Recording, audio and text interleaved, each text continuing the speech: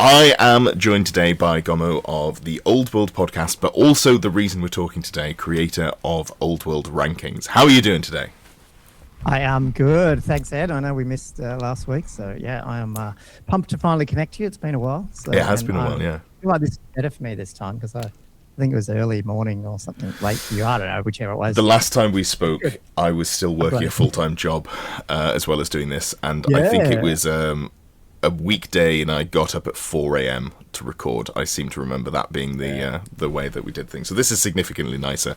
It's now 10 o'clock in my time, so it's working out a little bit better for me. Yeah, usually, it's only 9 o'clock here. I'm usually like I'm awake. I did a webinar for some of the UK people for All World Rankings, the tournament software, and it was like 6 in the morning by the time when I watched it back, I was like, I'm half asleep.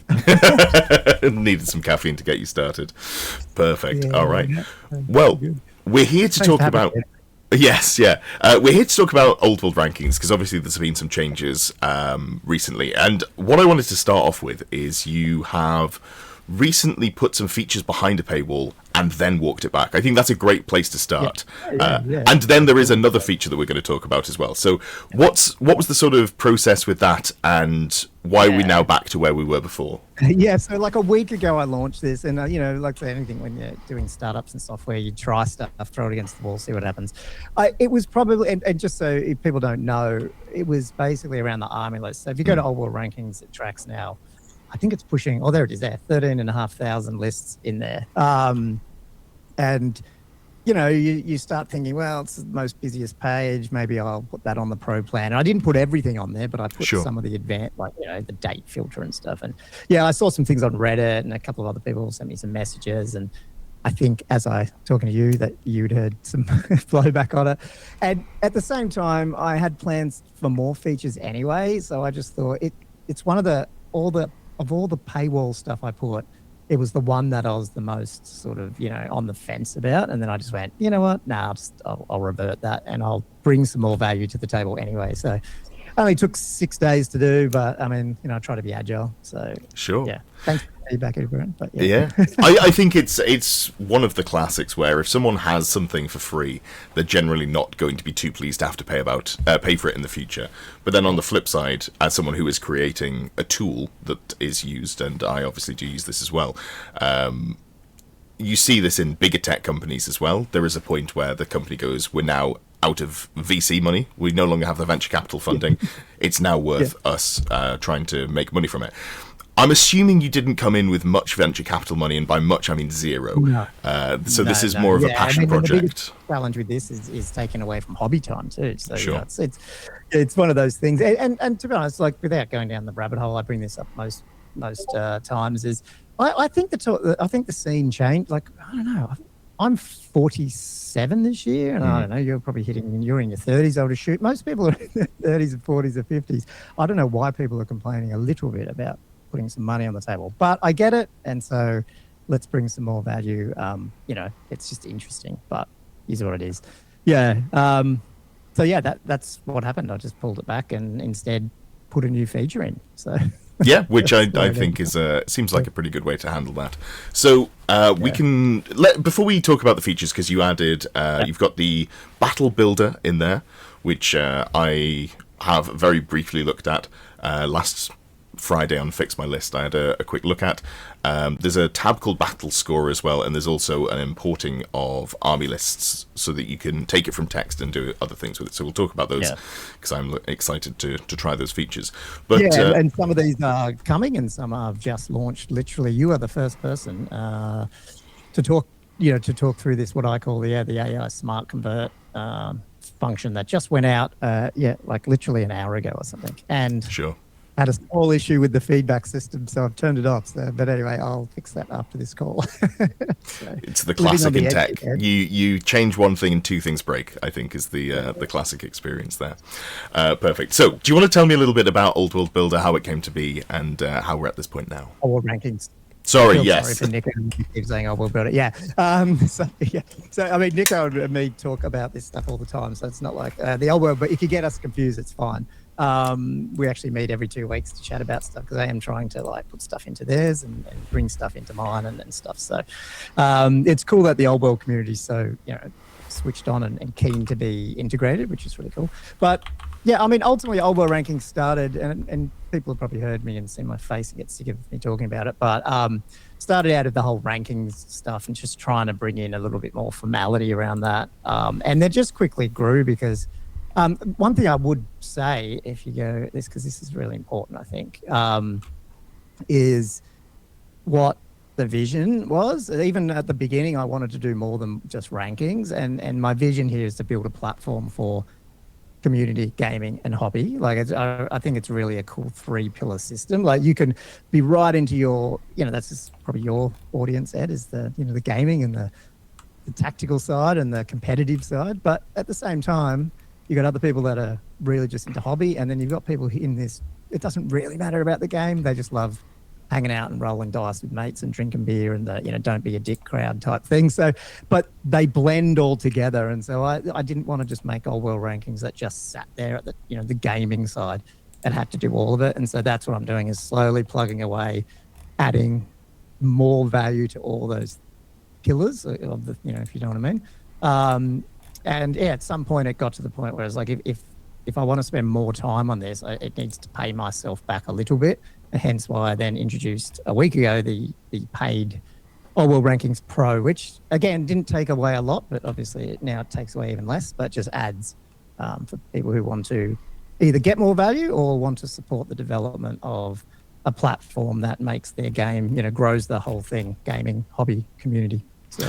Yeah, sure. Before we go on to like the new features or paid features, you talked about wanting to support all the pillars of the hobby. So obviously, very easy to see. We've got the lists, we've got the list filter, you can find tournaments, and I know that it's one of the easier ways for people to find events because it does scrape from BCP. Do you scrape from like New Recruit as well for the upcoming tournaments? Because I know you pull data from a lot of them. Ringing, say that. Sorry, hang on. Let me cancel that. Sorry. It's okay. So what platforms? Yeah, so for the upcoming tournaments, do you just, like, everything that you pull data from for your tournaments, do you pull from there for the upcoming tournaments as well? So you've got this list of everything, you can see all the upcoming tournaments. Yeah. I'm looking at, I think it's Exon, Longshanks, Snakes and Ladders, BCP, New Recruit, and obviously now Old World Rankings. Yeah. Sure. And manual. There is a few people that are still on Excel and can throw me an Excel sheet. Yeah. Sure. Do the main ones, I think. Yeah. Great. Okay, so that's the tournament side of things, the gaming side of things. Something that I'm hoping that I haven't imagined it or dreamt it, but I believe I've seen pictures attached. So when you have your tournament events, you can upload pictures as well. Is that something that's on there? Yes, so we have the army gallery. So this is the Sure. hobby side. So now we have like literally thousands of awesome armies in here, which you can rate. Mm-hmm. And yes, you're right. When you participate in a tournament, it'll send you a little message at the end to say, "Hey, why don't you put this?" Not only just upload, you can upload a gallery. So if you've got a cool army, you can just come in here, click Add Gallery. This is all free, by the way, and do it. But what I wanted to do is start linking them more to the games that people play. So Sure. you can do it at a tournament level. So that way, when you go in and someone looks at the results of a tournament, they see a gallery strip across the top of the games that are in there. And that's just first step towards, I'd love to like put, you've done some streaming now for some of the tournaments, be able to like have those like recorded back on there. And so if you went there, I can look at a stream of that game, that Sure. type of thing. So, yeah. Great, yeah. And when you say you get a message saying, would you like to add pictures? I obviously go to quite a lot of events, and I have a profile on Old World Rankings, but I haven't noticed that. I will say that I'm not necessarily logging into my profile. Is it an email, or is it something that when you log in, you get a pop-up? How does that work? Yeah, it should have been an email. Maybe there's a bug there, but usually I have seen. I don't really read my emails, so it's probably. You also might have a setting that's off on your profile that stops you getting emails. So that's not me saying that I don't get them. I don't really read my emails much. I've got a classic first name, last name Gmail account. So hey, if you're watching this, please leave a comment down the bottom and tell me if you have never seen that email, because I do see people doing it. So I think some people are getting the email, but it'd be interesting to see if that's not for everyone. Yeah. Yeah, fantastic. Okay, cool. That was all I wanted to check with that one. So so we've got the first two pillars. We've got the gaming and the painting. What's the community aspect of the event? Yeah, I mean, I guess if you, like straight out, you've got sort of the regionalization of the platform. So for those who don't know, obviously it is split. I made a decision early on not to do it as like one big mammoth, thing. And that was a permission level thing. So what it means is there is certain people out there that are called region admins who have more permission in those regions. So, and they run so in Australia and the UK, we have the UK Masters. So there's a few people who basically have more permission in here to do more work, and it takes a bit of load off me. So that's why I wanted to regionalize it. Now, outside of that, I'm trying to think, there's probably not a huge amount of actual community yet, because that's one of the roadmaps that I'm looking at doing, is adding clubs in. So the idea is be able to log your club, let people join or not, depending on what you do, and obviously have a map, like a visual representation of where the clubs are, where the tournaments are, and where the people are, not down to their street address, but it'd be cool to know that there's 30 players in my town or something like that. Sure.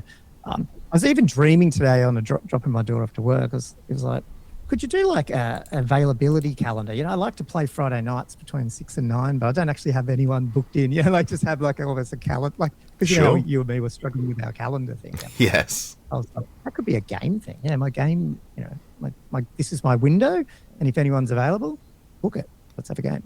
That type of stuff I want to try and bring out. I want this to be the place you go to find that stuff. So, yeah. And would those be optional features that you would be able to turn on and off if you didn't want location on or anything like that?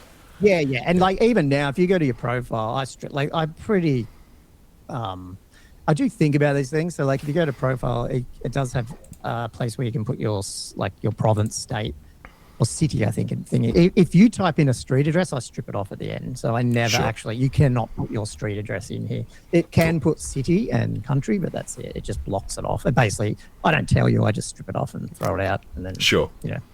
Because I don't want people, I don't want map pins going to people's house. Of course. Yeah, no, that's good, because obviously in terms of the tournament page, I think it's very easy for me being just very plugged in, and also people will send me events that they think that I might be interested in, so I'm in a really privileged position where I don't really have to go and look for them. And I've been in the old world space for a couple of years now. I generally know where the events are going to be. But if you're not enfranchised, or if you are looking to do something different, it is pretty difficult to find an event. Or it's not difficult, but there is a barrier to entry where you're like, okay, do I have to join a Facebook group, like a private Facebook group, or you have to know about BCP or something like that to find stuff. So having it all under one hub, I think, is generally quite a good idea, and it's useful for people.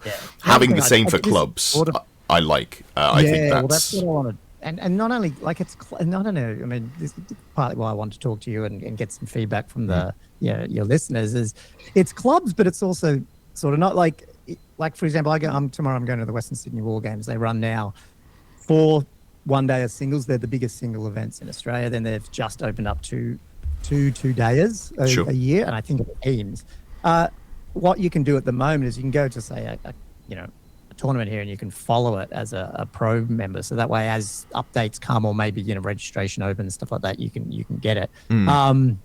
But the what was I going to say, what I want to do with the clubs feature is say, let me know when that club has another tournament, like the Saffron Slam, when does that open up the next one?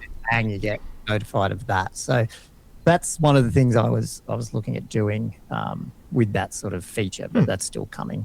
Yeah. No, I think that's good. That sounds like a very useful thing for the sort of people who might be using the website to look for. I guess my question is that a club, or is it I don't even know. Yeah, I mean, I feel like you could do it. You could do it so you have the club, but also you have it sort of like by club/TO organizer. So it's like, I am interested in these events. So maybe it's not the same feature. Maybe it's I have the club features and I have the TO repeating features. Just clubs can cover all that, and someone can make a club for that, and they can make a club for something else. I'm not going to say, you can only belong to one club. So Sure. Anyway, that's for you to work out on the techie side behind the scenes. So we'll send me people, and I'll have a look at.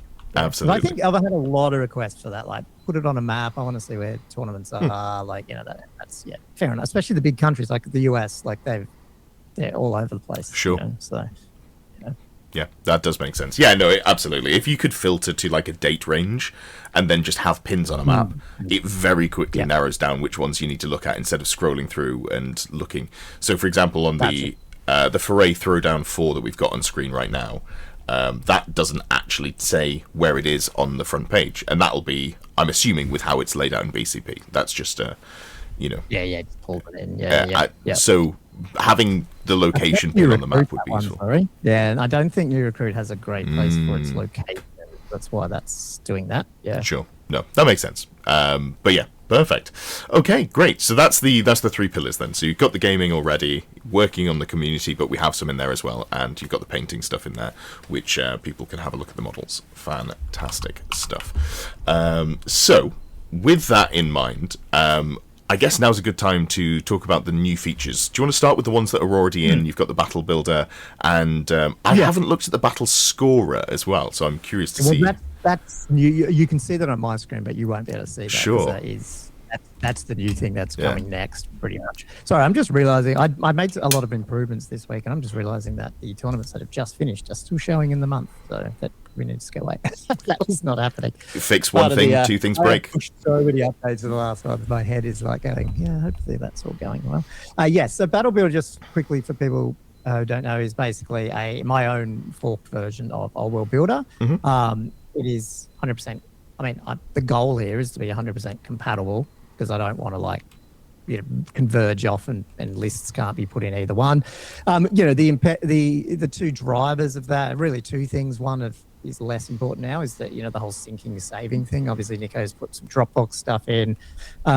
We are looking at putting a login with Old World rankings on Old World Builder, so you can save it into mine as well. But just having it integrated, the other 2 big things coming at the end of it was going to be next month, might be April, is native apps. Like I've got them in demo now with a few people, but I'm going to add more to them.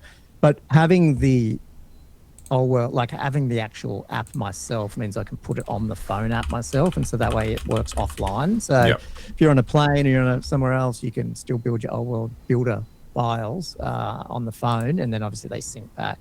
And then with the integration with the tournament stuff that I've had, because the big change here is you can run events on the platform, singles, teams, doubles, and being able to go back and forth between Battle Builder and Old World rankings, like in terms of submitting your list from Battle Builder straight into the tournament, or getting a resub and having to edit it. That sort of stuff just works so much better when it's in, when I control it. So that's why I brought that in. And sorry, very quickly, when you say native apps, is that you're intending to get the app builder onto like the Play Store and the Apple Store? Is that the goal there? Yeah, and it is. Like I have it myself, I use it, Great. but it's just I haven't released them yet. Yeah, that's because I'm adding the Battle Scorer into it as well, and that's still coming. So so the things the mobile apps will do is a little bit of the discovery side. So this screen, obviously, it's not going to have all the rankings and gallery. That can all go to the web for that. It's just going to have find a tournament, play in a tournament, and build lists, which I think is a pretty big part of the game. So, and that you can do that on your phone. So that's basically where I'm going with that. And that, again, some of those features, if they're free on this website, will be free on the mobile app. The mobile apps don't cost anything. But some of the extra features, if they're paid here, they're effectively paid on the app. So you have to have the free plan. Keeping it consistent between the 2. Cool. All right, perfect. Thank you for clarifying. It's a licensing thing, basically. You can't, if you're gonna, you can't really make people pay extra on a phone. Otherwise, you got to put it through the app store. So I don't want to do that. It's all good. Keep it simple. Sorry, I keep saying coming soon, but that's the thing. There is a lot of stuff coming. But this is part of getting it out early and start getting people on board and getting feedback. So working out what's the priorities. So Great stuff. All right. So I am curious about the battle score. Is that something we can have a look at? Yeah, and what I might do is, it looks probably a little bit more obvious if I put it in like a mobile view. So let's see if that works. Yeah, cool. So just move my screen. If it's on phone, you'll get a bit more of a feel of what I'm trying Sure. to go for here. So obviously on phone, the other big change with Old World Rankings is it's gone to like a little bit more of a phone menu item down here. So if you are a little lost and you're going, hey, where's everything gone? It's all down the bottom. So just FYI. I'll just say what this live hub is. I'm about to go into an event tomorrow, the 50-person one-dayer tomorrow. It picks that up and knows that like I'm about to attend an event. So this is the Oldhammer event here that I'm about to turn in. So it's just giving me a hint that, so I don't have to go find it in the site. Every time I go there, it's just down the bottom. But Scorer is basically my version. Now, I can't remember the version of the 40K one, but there's one on the App Store, Tabletop Scorer, Tabletop something. I think there are a lot of them. So yeah. I'm taking the ideas of that, the ideas of Old World Builders Game View, and I know New Recruit have one, but because I got the tournament software and I'm building in the full scenario packs, so not only the match play guides and all that, but also, you can make your own scenarios and VPs and all, capture the hill, kill the general, hold the objective, all that sort of stuff. You can build it into the tournament. I want this to be then, if you run your game on this, then you have all that calculated for you. So, but at the same time, if you're not in a tournament, you can just run a battle. So it's just keeping score of or history of all the games you've played. So for example, if I start a new battle here, it comes up my list, opponent's list. I can scan. So for example, I think this will actually have my camera on. I don't know if you can see that. Can you see that? You might struggle to scan a QR code for that. Or I can go and grab a list. This is where the advantage of having my own battle builder is. These are my battle builder lists, right? Sure. So I can grab one of them. I can share the QR code. That's how the other person can just scan, grab and then they can have their version as well. Okay. But I can also just, obviously if I know their list, I can just add it in there, and I've got both.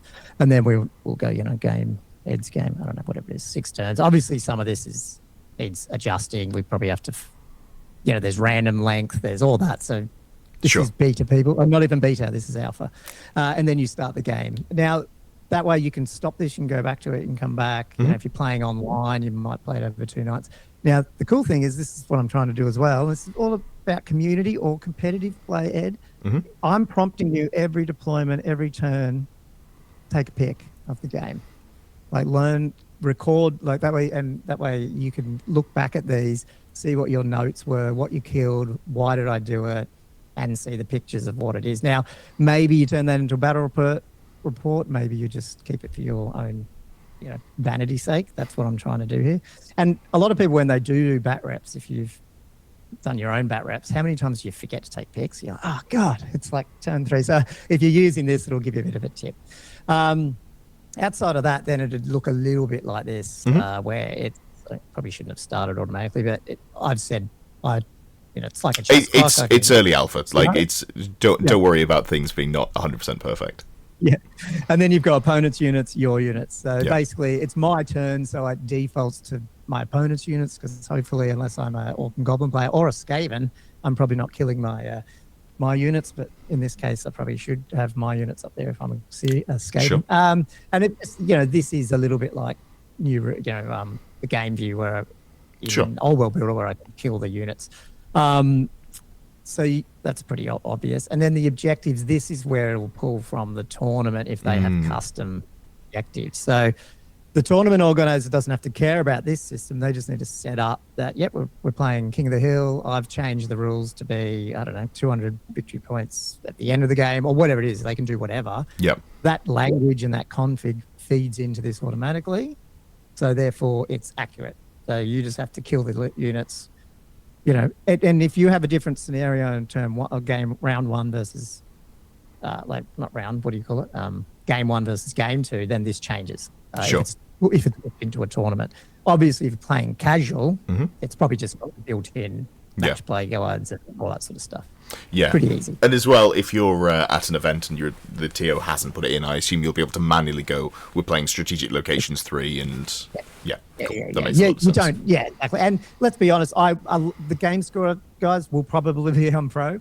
Now, that means if the other person doesn't have it, well, then you can use yours and score the game. That's fine. But that's some of the ideas I was having. Like, it's even thinking maybe if the tournament organizer was pro, it would let you use Game Scorer for that tournament. It gets a bit confusing, but Sure. Again, I'm trying to promote the idea of, guys, it's a copy a month. These are the types of things we can get if we get behind these projects, So, and then we've got the notes here. So again, putting your notes in, obviously it goes down each turn. But that's Game Scorer, or Battle Scorer, basically. And Sure. then, once my turn, I flick it over to the opponents, take a picture of the battle.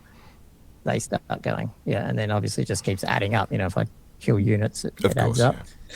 Yeah. I mean, it's pretty simple. And you're like saying, it's not novel in terms of other game systems, but we just don't have anything like this with Old World. And I just feel I've got one on my phone that's in Italian because I think that's the best one I could find. I don't speak Italian. So maybe there's been some updates in the last few months. I haven't really looked, but that is what I use when I remember to do so. Yeah. So that's going to be Game Scorer or Battle Scorer. We're using the word battle all the time just for some branding. I don't know if it makes sense, but hopefully in the next couple of weeks, this will be out and people can start playing around with it and seeing what's good. And I think you might have mentioned it and I might have just missed it. If you're at a tournament, does it automatically create the game in there? It'll pull from like BCP or whatever and say, okay, here's your round one pairing. That's gone live on BCP. Here's your matchup on there. Is that something that you've got on there? Or is that well, you wouldn't do it if it was BCP, but if it was running Old World rankings, yeah. Sure. It would have to be run out of Old World rankings. Right, okay. When you're actually in, I did actually shut down my test once. This is live. This is the battle hub, what we call it, for just the live hub for the actual tournament. If battle score was used, once you start, you'll see a little button here that says start the game. We get from there. So rather than be in the scorer menu here, which is more of the ad hoc games, it would be in the tournament hub. Okay, right, I understand. So this is using literally using Old World rankings as a tournament platform as opposed to platform. Sure. Yeah, it's not BCP. This is it, that they won't support. Like, you'd have to just run an ad hoc battle score game and put your thing in. Sure. And as long as that capability is there, I think that immediately meets the level of functionality that you can get from like an app for other games like 40k. Just so you know, you don't need to go to that level. You can actually just do simple objective stuff. So you literally just putting the victory points in, like killing the list and then adding some extra victory points at the bottom, and you're done. Because I mean, that's most of what people have been doing with Old World Builder and stuff these days anyway. Sure. So you can run it like that as well. But I'm just trying to think, how cool can you get it if it's all integrated? Sure. Yeah. So I think the first bit of feedback that immediately is going to come in is people are going to say, are we going to need another tournament hosting platform? And I would say I have no vested interest in this. This is not a sponsored video or anything like that. All of the current tools for running events are bad as far as I've had them, or like mediocre at best. So while I'm not necessarily like super bothered about where events are run, because I don't run events myself, so I don't have to deal with them. BCP famously don't use the app. The app makes your thing worse, and also the back end can be clunky. New Recruit has its own issues, I find. I'm interested to see if there is a smoother way of running things. So I'm curious to see how this runs. But of course, as soon as you do set it live as a tournament hosting app, you're immediately open to all of the same criticisms that all of the other ones are. So it'll be. It is live. So anyone, and you don't need a paid plan to run tournaments on Old World. This is something that you can do right now. It's under the host an event. Host an event, do it, and AI powered. You just drag your player pack in, and it'll set up most of the tournament, and then you publish, and it's available. Yeah. I can show you I won't go through the whole details because there's not much you can do. They are quite complex, and I do feel for the PCPs out there and stuff that are doing like how many game systems does BCP support? I mean, a lot. It's a lot. So I would imagine, having gone through it, it's a lot bigger than a lot of people would think. Sure. But ultimately, this is what it looks like in the back end. So you've got all your dates, payments, your documents. You can put all your house rules all in here. This all flows into the public front end, obviously. You can add in ringer staff. Here's all the attendees that attended the event. This is a past one, obviously. And this is that scoring I was talking about. It's got the full differentials, battle scoring, soft scoring, and these all tie into Old World Rankings. So if you win a painting award here, you've got it on your profile in Old World Rankings. And then we have what's called the battle board, which is the live view when you're at the tournament. Obviously, this is finished, so that's why it looks like that. But we actually put the mission packs, the pictures. So when you get your round email, your pairings for round 2, you know how to set up the table, who you're playing, what the mission is. You don't have to go scramble around looking for the players pack and the dog ate at half of it. You know, like it's all here. Sure. You just rock up to the table and you've done that. And then on game day, the TO, this is what it looks like. You can score everyone, pair them, the standings, all that. So like it's all here. It's free basically to run an event. If it's a paid event and it's above a certain size, you either have to be a paid Old World Rankings Pro or just use our payment system. It's got full payment system. So you just connect up your bank and like it gives you a Stripe account and then you charge and you can run it for free. Like you don't have to give me, you're giving me money by running the payment system through here. So the player logs in, sends the money. They can do full refunds, all that sort of stuff. Sure. And one of the other things... So I just want to very quickly stop because that's something that I think people are immediately going to balk at. Again, this is not... I'm not sponsored by Old World Rankings. This is not like a defense of. That's a very standard thing. If you run an event through BCP and you use them to pay through, that is normal. Having it capped at a certain size or pro, I'm not 100% sure if that's something that you need to do, but I do know that people who run tournaments through BCP, for example, I believe have to pay to do that anyway. So I think that's also probably pretty standard. I don't know, like maybe New Recruit you can do it for free, but I know that this is, from my perspective, from what you've said, that's fairly in line with what I'd expect to see from the community. Do payments. Yeah, I'm not sure. Yeah. I've done one BCP tournament. It might have been free, so I can't remember. Yeah. I think it's pretty standard. And look, I'm not unapologetic. Like I've even got it here. Most players are happy to cover the small platform fee. I would recommend TOs get a backbone and do this. Like if you charge $30, take $30, put it towards terrain for the next event, add the $2 fee or whatever. It's a weekend of gaming, guys. You know what I mean? Like TOs have such a hard time. These platforms help them run more events. If we can make sure the TO keeps more of their money, they run better events. It helps everyone. And so I just feel like, I'll harp on it. The small amount people are asking is so small for these things for how much benefit we get out of it from a community. So I don't know. It's it's my pet peeve a little bit, but that's what I'd say. But at the same time, if you're running free events or small ones, free, get on here, run them. You know, hopefully it's good. Hopefully it's a more smoother experience. I don't know. You know, like I think it looks cool, and we're running the one tomorrow. 50 player singles. So we'll see how it goes. I'm playing in it. Hopefully I'm not too stressed with it's the first time the TO is using my software, but yeah, there we go. I hope it goes well. I may not win the event. Hey, that'd be a bit dodgy. Well, you're not running the event. It's just on your software. I feel like, actually no. There is the implication that you could have fixed the pairings. So yeah. Do you think there's a risk that you'll win? I've got no. There's no way I believe I'm going to get anywhere near the top, so it's all good. Sure. Sorry, I didn't realize you didn't know that. No, and this is just something that's been on there, but I don't do tournament hosting, so it's not something like now that I see it on the screen, I'm like, that's been there forever. Cool. Yeah, so we've talked about the events, we've talked about the 3 pillars as you've talked about as well. What else did you want to cover on the website? I'm really excited about this new AI. I don't even know what to call it, but I've jumped around between Battle Builder compatible, which people go, what's Battle Builder, or AI Smart Convert, and I've sort of landed on that. And it literally, like I said earlier in the show there, it literally launched an hour ago. So you're getting the scoop on it. It is live now. But people go, well, what are you talking about, Colin? Gomo?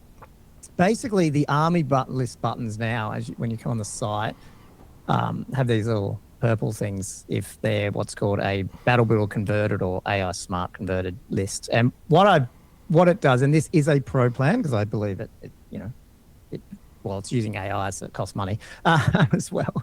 Basically, what I'm able to do through a process of normal programming algorithms plus large language model conversion is take any text lists, which I have 1,300 text lists here, and convert them straight into old world builder format or send to battle builder basically. So if you're looking for lists now, the chances are they've got, and a green means it's pretty much 100%. An orange would be there might be a unit, or not a unit missing, but like a model or a magic item that sort of went a bit, jumped off the end. But it'll take you 2 seconds to fix. So now you can go to anytime you would have seen these army list buttons. Now they look a bit like this. You can grab them. This, for example, is saying it's pretty good. You go send to battle builder, opens it up. Mm-hmm. Now it's in my battle builder. So for someone like you who list reviews, I mean, look at this. It's there. 1998 points in my list now. Is this a tool that you built for yourself? So when you're doing the podcast streams, it makes hey, that's where a lot of innovation comes from. 50 to go through 50 lists. I mean, it's insane. Yeah, there's a the reason. Other thing is when you're playing a game. So like, I'm playing a game tomorrow. Yeah. Even if I'm not using the whole game scorer type thing, if I go into my event. Here's the standing, like here's the pairings. They're all like that. So I go, I'm playing Matt Willis, which I wouldn't mind talking to you about this. There's his list. I can then throw it in and I've got his list. And now I don't have to go and ask him. I've got it there. I can either choose to use the game view or whatever I want to do, but it's there. And it took me no time. Yeah. And then just to go back to the obviously still alpha battle scorer, once you've got it in your thing, even if the event isn't run on old world rankings, because you've got it in your lists, you could then just import it into the battle builder more conveniently as well, as like a two-step process. You can do whatever you want with it. And obviously you can also export it out to the old world builder JSON format. This is one of the I was just talking to Richie about this on his podcast. Well, what I'm trying to get away from, you actually go to the website, which I updated just before this call. It's sort of like my selling point for this is, I go down, wave goodbye to text lists. Again, it's 2026. Why are we sending around text or Word documents? The benefit of having like a digital file is the meta we can get out of that. And that's what I want to do down the track. It'll be the next, after all the other stuff I want to do is not just faction stats, but real, like down to the point of, well, how many Ogre Blades have been taking, or has Dragons dropped off, or you can go right down to the list, like what's the average size Jade Warrior unit taking? Sure. We know all that now. And so the more, I was waiting for, the idea of this was, okay, well, if people are using Battle Builder, I'll have that data. But now I'm like, you know what? I'll just convert it. And so that's what this does. It automatically, every week, get all the new lists in. It takes 2 minutes or 1 minute a list, 30 seconds, something like that. And it's pretty accurate. It was a bit of cool. It was a fun development project, I'll put it that way. It's not just throwing it at AI. You need to actually, have a little bit of intelligence in there. But it's working good enough that I feel it's worth releasing, letting people play with it, give me some feedback. If you do download one that has not had a rating yet, you'll be asked to rate it, and that gives us an idea or maybe that list needs a bit of a correction, or maybe my algorithm needs fixing. So there's a little bit of that. But the green ones are pretty good. I'd say the only issues I really run into is, well, you know how Games Workshop has been changing the points the last two drops. So if you open up a list that's 6 months old, it's probably not going to add up the same way. But that's, again, hopefully people understand that that's pretty normal. I would expect that because you're importing it into a battle builder. So if you're importing a list with old scores, I wouldn't expect that to work. I think it doesn't. Like the Dragon Ogres have changed points. So, it's just going to add up different. So there's a little bit of that. And there will be issues. Like it's not 100%, but hopefully it's a lot quicker, especially if you're prepping for a tournament. There's 30 lists there. Chances are they're already converted for you. So, and even if they were in new recruit, they're here. Sure. So I think that's valuable for, It's funny because this is something that I've wanted and not done anything about. I thought about seeing if I could mess around and make it myself, but something that scrapes from the tournament, puts it into a scoring app, and then it's just super easy and ready to go, which is something that this has functionality for. So I will definitely be giving it a go when that makes its way to full release. I'm looking forward to trying that. Well, it's here. You can use it. It's launched. So sorry, I mean combining it with the battle scorer as well. Oh, yeah. The other, I was going to say, you reminded me something on that one. No, it doesn't matter. Yeah, but yeah, I'm excited about it. I'd love to see what people think of it, and obviously I'll keep tuning it to get it as accurate as possible. But sure. Excited about that one. Fantastic. Great. I think we've probably covered all of the things that you said you wanted to talk about, with the exception of you do have a tournament tomorrow that you said you wanted to... Would the audience like to... I don't know, that'd be cool. Yeah, absolutely. Let's have a look at your list and the first pairing. I think I'm going to... This video's... We're recording on Friday, and this video will probably go up on Sunday, so it'll be interesting. If you are curious to see how it goes, you can watch this section and then immediately go and check out how well or how poorly the round went. Well, so a bit of background there too. I'm playing a damn good player, so I can't even remember. It's wise. You've got to get the excuses in first. Yeah, man. Yeah, and I'm the type of player that I'd probably play, if I'm lucky, twice a month. Sure. And then I'll play tournaments, you know what I mean? So, and I'm the type of guy that I get so focused on, say, this, that then I turn up the table and go, what's Warhammer again? I have to. I'm really familiar with the zeros and ones, but what are these dice things you've got there? A little bit like that. Actually, I should put the rankings here. That would be very interesting. But anyway, playing Matt Willis Warriors. Okay, so let's go to my list first. And we can either look at it here or I can send it over to Battle Builder. Well, let's do that. Yeah.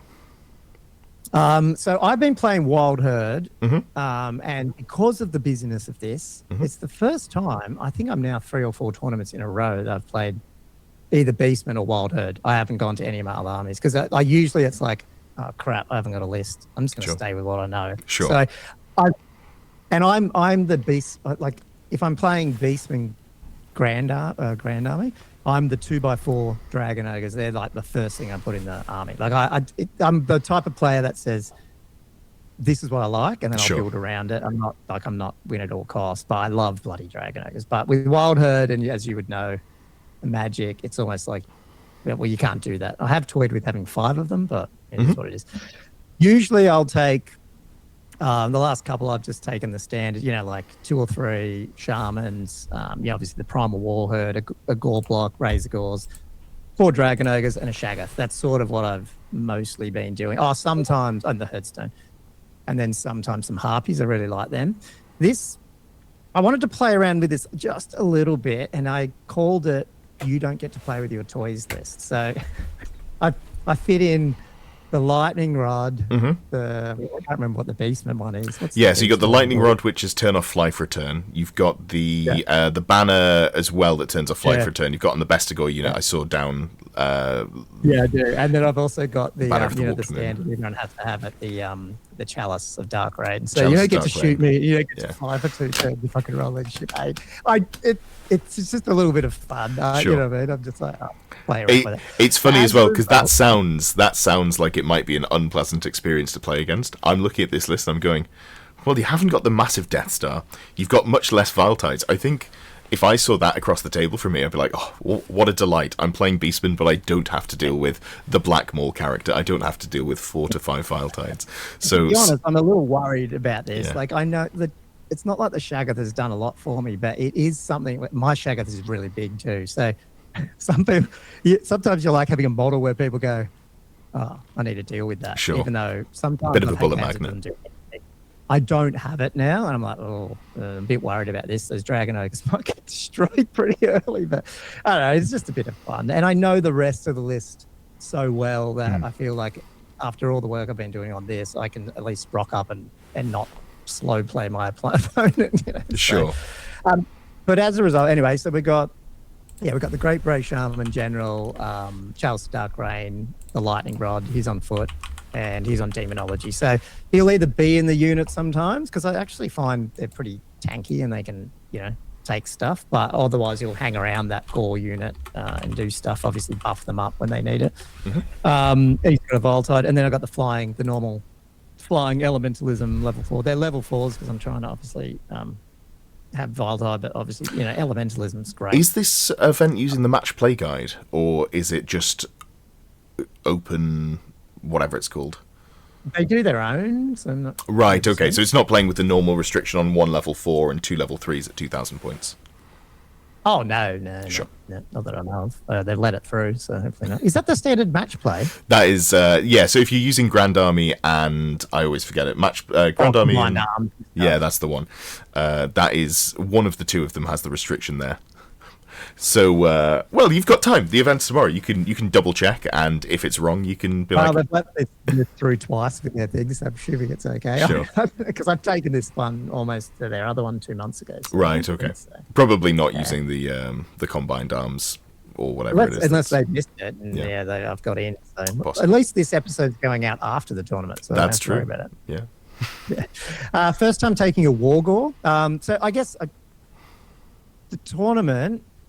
Or the other thing, the first mission, the two of the 3 missions are actually quite banner leadership focused. And what I mean by that is there is a banner like related thing, but it's not then on unit strength. It's just how many banners. But the tiebreaker is highest leadership. So if they rather than unit strength tying, it's so I went, okay, I'm going to bring the Mangelder and the Manbade standard, and I've got the Herdstone. So if I'm on the hill, it's King of the Hill. It's actually 2 hills because the thing is, if 1 hill's good, 2 hill must be better. So there's actually 2 hills. And so I'm up against these Chaos Warriors with 2 hills. My plan was, that's cool. You never know. I might get up there, do a bit of wounds, and get them on -3 leadership if I calculate that right. Sure. And if there was a tiebreaker, Unfortunately, the Herdstone, it's only for fear, panic, and terror tests. So, like, in terms of the charge, because you cause terror, they would have -1 leadership, is it? Yeah, it's not just -1. Okay, well, there you go. But like, I mean, the Herdstone's so good anyway that you don't even care. You're like, oh no, I only get all of the other buffs for 100 points. It's -2 leadership then. Okay, fair enough. Which is still very good, to be clear. Like that's very solid. Well, thanks for that. Yeah, but other than that, I've never actually had the Wargore, so... I find for Beastmen, having a BSB is some real nice consistency. Obviously, you've got built-in reroll and panics, but having the reroll and the break tests, because you're likely running bigger units, you really don't want that big unit to lose combat and then just immediately die. Yeah, okay. I got to obviously keep the Primal War Herd. I keep them as ambushes. Did they always get ambushes? No, you've paid for it, I find that... Yeah, I find that's useful because most of the missions we've had, there's always an element of, get a quarter over here, whatever. And so depending on the one, I'll ambush them or I won't. Because apart from that, they don't do a lot. Obviously, they die very easy. They've got a banner, I believe. Did I end up putting it? No, I think with those guys, I went, you know what? No, I'm not doing it. Because you're going to throw them away. Whole thing with banners, like, do you have too many banners and then the 2 other missions you just leak points, or do you just have less banners and try kill their banners, which is sort of what I'm going for? I don't know. Yeah. I mean, with the BSB, you've concentrated your banners to hopefully the place where they need to be, so that does make sense. But, and then the 28 Gore Herd, obviously it's not 30, but it's because they got Scourge of the Bird. I love that little bound item just for, if my shaman's hanging around near there with the reserve move. Obviously, anti-stomp banner. That's where I've got another standard bearer on the Ungor. I usually wouldn't take that. Sure. That's there for the missions. And then love my Razor Gore Herds, 4 Dragon Ogres. This is the waste of points, but I just wanted to do it. The 5, which is what I'm painting at the moment. 5 Vestigore Herd with the Veteran and the Banner of the Walt Moon. Yeah, I think I'm maybe a little bit more on board with them than I was prior to the recent FAQ. Because in the January FAQ, they said you can only hold 1 thing at a turn now. And I know some tournaments were doing that already, but now the unit that's holding your Herdstone can't also hold like a strategic location. So that 5 Bestigor, you were probably running maybe like a Tuskor Chariot for 85 points. And so it is, you are paying 130 points, but it's only sort of 45 points more than the Tuskor Chariot to do the same job, sit behind the Herdstone, hold it, and also have the banner. So it's a little bit easier of a pill to swallow, but it is a pretty pricey unit there. Yeah, and I'll either do that or, depending on where it is, I'll also just put them somewhere where hopefully you won't get them. Sure. But yeah, that's the list. And then quickly just probably took way too long because I was That's explaining mine, I guess. Where let's get back to Matt's. I'll just go through it on here if you want. Sure. Demon Prince, Fly, he's got Zench, Ogre Blade, Armor, Meteoric Island. Easy One for you to favour say. of the gods and an extra arm. So flying around, kill things, I guess. Yeah, that's a very choppy character. He's got a 5-up armor save, 4-up ward, and a 5-up regen. Yeah. And then Sorcerer Lord, Marcus Zench, Heavy Armor, Wizard level 3, on foot spell for me, Tome of Spellcraft, Rod of the Damned, Demonology. Okay.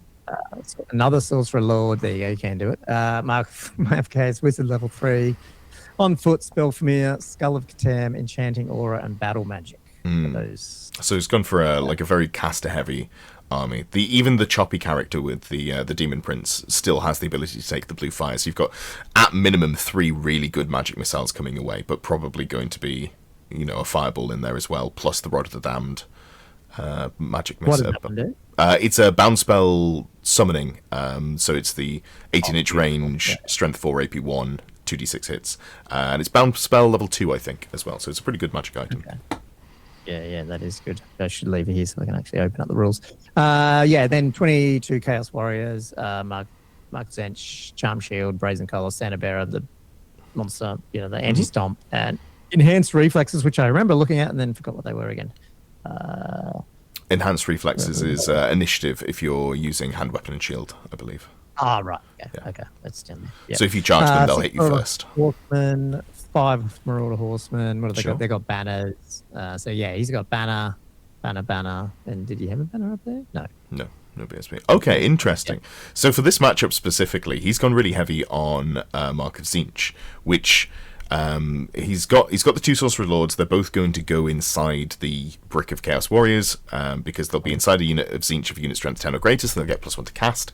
There's the Skull of Catan on one of them that gives +1 to cast in an aura of 3 inches. So all of those, the 2 Sorcerer Lords are going to be casting at +4, which is going to be pretty consistent with their Mind Bullets. However, you've indexed into Fear and Terror a little bit, and by getting the bonuses to casting for Marcus Inch, they've lost their reroll to Fear, Terror, Panic. So, and also, nice. If they're not in range of the Demon Prince, who's only got a 12-inch Inspiring Presence bubble, they're only leadership 8. So there is a real world which, if you manage to catch that unit of Chaos Warriors, they are running. Yeah, they're running. Yeah, which would be nice. Well, that's what I've sort of been. That's the envisioning part of this whole thing is how do I get my unit onto that unit with keeping everything else busy? Because at the same time, I don't really want my Dragon Ogres near the Demon Prince because usually I would throw my Dragon Ogres at a Chaos Warrior unit, but they've got the anti-stomp banner, so I don't know. Chaos Warrior, yeah, and then 2 gigantic Spawn of Chaos to keep me busy as well, which, I Vile-Tied one of them off the other day in one go, but that was when I rolled 11 sixes. But it usually takes 11 sixes. That's it was just popped at one go. And went, oh wow! And then I Vile-Tied his Demon Prince, so that was a different chaos. That was a corn one, but nice. I don't think I'm going to get the same chance against Matt. He's a better player, a bit more savvy. I've just realised I don't know that I saw the Hag Tree Fetish in your list. Am I? Oh, yeah. It is in that. Yeah. My eyes obviously just skimmed over it because it's such an expectation that I just assumed that it was there. Yeah. Great. Okay. Yeah. So there's 2 hills. Like you said, it's and he doesn't even have. I mean, he can take the other hills with these Standard Bearer guys, so he can probably take both. I'm going to have to try and. I can't remember if there's a. I think it's ideal. So this is the thing. Even if there's 1 Marauder Horseman left, has he got no chance in there? Yeah, so. The last one model Marauder can hold Horseman holding a banner can take the hill. So it's almost like I'm going to have to try and shoot them off as well. Sure. Annoying. Yeah. No, that is. But I mean, there's a lot. Almost everything else in the list has magic resist. So all of the characters have MR1. The Chaos Warriors have MR2. So it's just the Marauder Horseman and the gigantic spawn that haven't got any magic resist. So there may be something that you end up targeting more out of this is an efficient place to put my spell. It's more likely to go off. But I just want to very quickly ask. You said it was King of the Hill, but with 2 hills. Are both of them scoring you 100 points at the end of the turn if you hold them? No, it's not. I think it's. Oh god. Is it maybe down to like 50 or something? And they just split it between the two of them. Have a look. It's right here. Players pack. Open that up. Can't remember what it was exactly. Yeah. 50 VP at the end of your turn for controlling a hill. Yeah, There's because also baggage train in play. sure, King of the Hill is pretty, from my experience, pretty universally reviled because it's such a win more. I haven't really had much, like, I don't know how I feel about Two Hills, but it definitely does you can't just put a Death Star on it. So maybe this is the fix for King of the Hill. I've never seen anyone do it. It's new forbidden technology, Two Hills, but I'm curious to see how it works. There's other guys who do it, but John, like one of the guys who writes these packs, he always seems to be ahead of the curve in some of the things he adds, and then suddenly you see him popping in everywhere. Which is kind of funny. Yeah. Interesting. Oh, you've got to be unit strength 5 plus. Oh no, that's the baggage train rules that are on there. Okay, cool. Yeah, well, pretty sure the scoring unit. Oh, hang on. Okay, it does say scoring unit. Okay, sorry, because I think they do say that's 10. Right. Okay, so that might help me there if it was somewhere. If I remember, must be here. Yeah. Okay, cool. That makes these guys. Oh, and it's all infantry scoring. That's nice. That's something that I'm seeing people play around with. I love that rule. It's like all infantry and then obviously all core. So you can have special infantry or you can have CAD core. I think that's something that just improves the game because right now there is no reason to take special or rare infantry. I want to see a game where it's just special. We should have a tournament just called special tournament, and you get like, I don't know, 75% special, and you don't have to take any core. You're capped at 25% characters or something like that. Each character can only be 25% of your points instead of 50%. So immediately, we've taken out the hero hammer aspect, and you can't do the super. And then you have to take minimum 500 points of special, up to 1,000 points of special, something like that. Am I pushing this as the new way to play balanced Warhammer? Obviously not. Does that sound really fun? Yeah, it does. I think that would be an interesting experience. The only downside is the people who aren't, entrenched in the hobby, who didn't come back from fantasy, new players, will have to buy 1,000 points of special because obviously they don't have it right now. Because what's the point? Yeah, that's right. There's so many good units in so many of the armies, and you just don't see them. Just don't see them. Yeah. We'll get there. Hopefully they'll, version 2. Yeah. But that changes the Marauder Horsemen a little bit because if you knock out a couple of them, suddenly they're not scoring anymore. So yeah. Cool. No, that's interesting. I think the it being King of the Hill, even though he's got a pretty formidable Death Star, I think is in your favor because if I was playing this list, I would never want that Warrior of Chaos unit to get tied up. So I would be keeping it further back, but it probably needs to stand on one of the hills, so it's going to be easier for you to catch it with something. And once he's locked in combat, sure, they're good weapon skill. They've got great weapons. Shoot up Razorgore and just. If you can, the problem is if you touch him with Razorgore, he's going to kill the Razorgore or win on static combat res. So all it's actually doing is giving him more mobility to get towards you if he wants to, or change his facing. But if you can tag him with the Dragon Ogres or something like that, the what? Sorry. Like stopping them casting spells.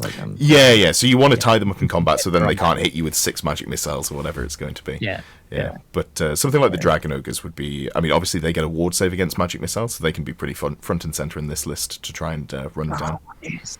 See, I forget about that. Yeah, I need to remember that. And the problem is Dragon Ogres would eat that unit usually, especially if they don't the monster hunt there. The monsters hunters, they still will eventually, but. Yeah, they'll still do pretty well. I mean, the attacks back at them are nice, but it's less about winning the combat with them and more about if you tie them up, you can then start to get other things into contact with them as well. Maybe you've ambushed in the unit Primal Warhead nearby or something like that. Then you got your unit strength up on them. Yeah, I see what you mean. Yeah, sure. Yeah. What about the Demon Prince though? What are you doing with him? Never catching him. If you can Vile Tide him, he's only got ML1. He's going to be very choppy. You don't want to allow that thing to go into the Dragon Ogres. That would suck because it will take its pound of flesh very quickly. But I think Matt has to play quite respectful in terms of you've got double Vile Tide, and that's just going to be enough, especially in Wild Herd. you haven't even done anything super souped up, but you're going to be casting it +4 with both of those Vile Tides. So even his MR1 is like, it's nice, it's probably not enough to move the needle in terms of, he can't just put it in the middle of the board. There when, so, yeah. Yeah. No, but yeah, we'll see how it goes. My professional opinion, if you're going to use a power scroll, consider having the wizards not next to each other. You'll lose the +1 to cast, but the increased chance of the miscast, you're probably okay because you've only got 2 wizards.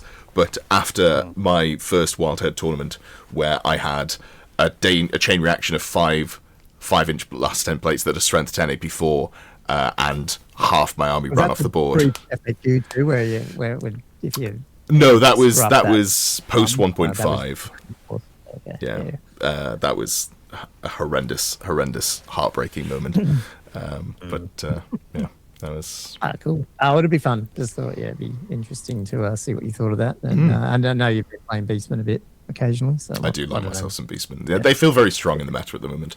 I don't know that I'd say on raw stats they're the strongest. They're definitely up there, but I think they play very well into all of the armies that are very good at the moment. So they're well positioned for sure.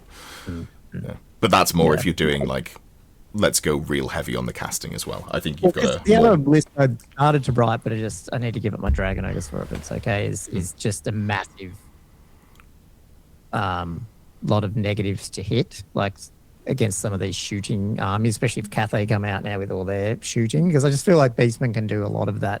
There's a lot of ways to get something that's really strong about Beastmen is that Gore are one of the few units in the game that can skirmish and also open order. So if you find yourself in a shooting matchup, and you have to be careful with your positioning, because if you skirmish and spread out too much, someone just charges you and tags you at one end, half the unit goes, including the characters, so you've got to be really careful. But you can skirmish them and just leave them on the movement tray, and say they are in skirmish formation. I'm not messing around moving 40 models. They're just here, which has the side benefit of they're close enough that if you get charged, you're never losing anything meaningful. But yeah, so if you're worried about, like, you're not worried about combat, you're worried about shooting, you can put them in skirmish, especially with Scourge of the Burdened, if you've got the wizards in there, being able to, if you get Steed of Shadows, fly 12 inches, cast your spells, but then fly 12 inches in any direction. It's a really, really strong combo you can go with. Yeah. And then you've got one of those gifts gives you -1 to shoot at them, and I thought there was another banner or something as well. So like you can get one of them. I was thinking that, and you just push it right in the face of some of these units that shoot so much. Okay, it's really meta dependent, which I think is interesting because I have no idea what the Australian meta is like. It seems to vary country by country quite a lot. So I'm relatively plugged in for like the European and American meta, but I haven't looked at the Australian meta at all.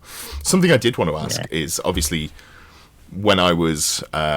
Because I'll be honest, I don't really watch any old world content anymore because it's my job and I do it so much that now I'm like, please, like, I'll put something on and be like, oh, politics. What a refreshing change of pace from talking about toy soldiers or something else. But you did have a lot of one-day events, and you've mentioned that you're starting to get some two-day events now. Is the scene sort of expanding? Are you finding that it's growing at a sort of good pace?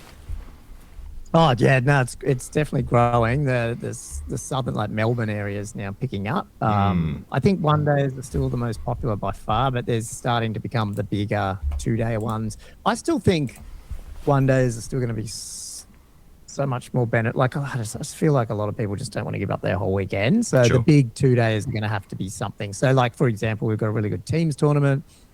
Shout out to those guys, Snake Eyes. It's a 4-person teams, which is a bit weird, but that's in June. Sure. And that's played at one of these awesome venues in Melbourne, which is like, they're all set up for the tables, drink trays, food service, drink service. Like it's just a premier event. So we're getting some of them coming through as well. And then the Western Sydney Wargamer guys out in, it's called Blacktown, but West Sydney is an awesome venue. Like it's a club. Like, I don't know, do you guys have RSL clubs? Like a retired service league clubs? I think you guys do. You might call it something else. Yeah, there are like working men's clubs. That might be the closest thing yeah.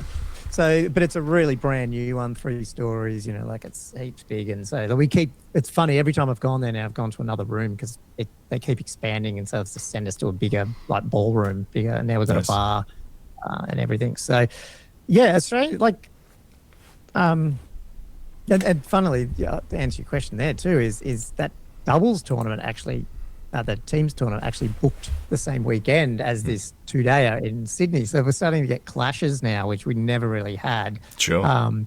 They were able to move them, but that's just going to happen now because there's more tournaments. So it's getting bigger, and it's good to see some of the, like, Melbourne was a little bit behind, like a bit slower to wake up, I guess, and now they're starting to, have some of their big events pop up. So Nice. yeah, people can definitely find places to play. There's not as much as UK, but obviously it's.